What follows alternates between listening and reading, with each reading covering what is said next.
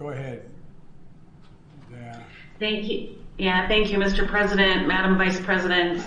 I mean, you and I, sir, have traveled many different disasters, and I can say from what I've seen here yesterday that this is certainly one of the most destructive that you and I have had to deal with during our time here. I had a chance yesterday to talk with the governor and the mayor to hear some of their immediate concerns, but mostly to start to talk about what this recovery is going to look like.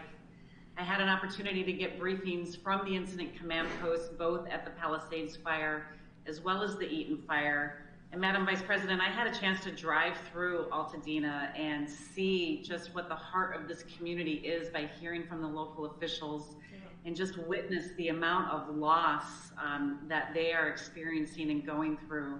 I mean, in addition to the thousands of structures that we hear about that are gone, many of those homes, an entire small business district, a booming business district in Altadena that has just been burnt to the ground, churches and schools and other public facilities that are just gone. And so this is going to be a very complex recovery. But I know that when we all come together and work together through all of our federal partners and bringing in our nonprofit and our private sector partners, that we are going to get through this. And your approval, sir, of the 100% for the debris removal and the emergency protective measures for 180 days is really going to be a game changer in helping to make sure that this recovery gets started off on the right foot. And the major disaster declaration itself is going to do so much. So many people, as you heard, are evacuated, and there's not very many in shelters. And so we know that so many people are either staying with friends and family or they're staying in hotels. And with the changes that we have made to our programs over the last year, we are going to be able to cover most of those costs, if not all of those costs, that people are incurring, whether they're staying with family and friends or they're staying in hotels, to help ease some of that burden.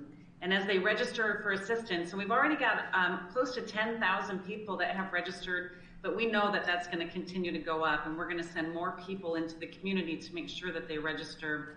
They're going to be able to get things to help support that recovery, whether that's moving into the next term and longer term sheltering or their longer term housing needs to help reimburse for some of the losses and damages, even though we know it's not going to come close to the total devastation and the total loss that they had. Working together, again, if Congress approves additional funding and working with our partners like the SBA, we're going to really be able to help all of these families with their specific needs and what they're going to need to do to help start this recovery journey.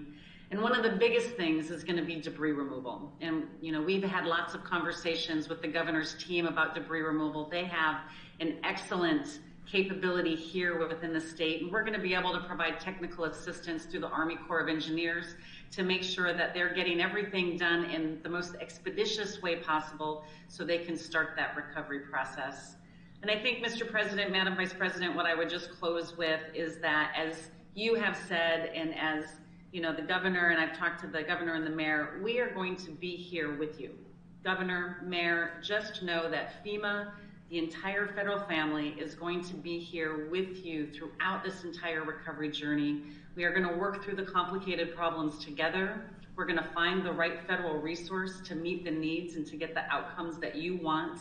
And we're going to help every Angelino with the impacts that they've had and help them on this road to recovery. Thank you.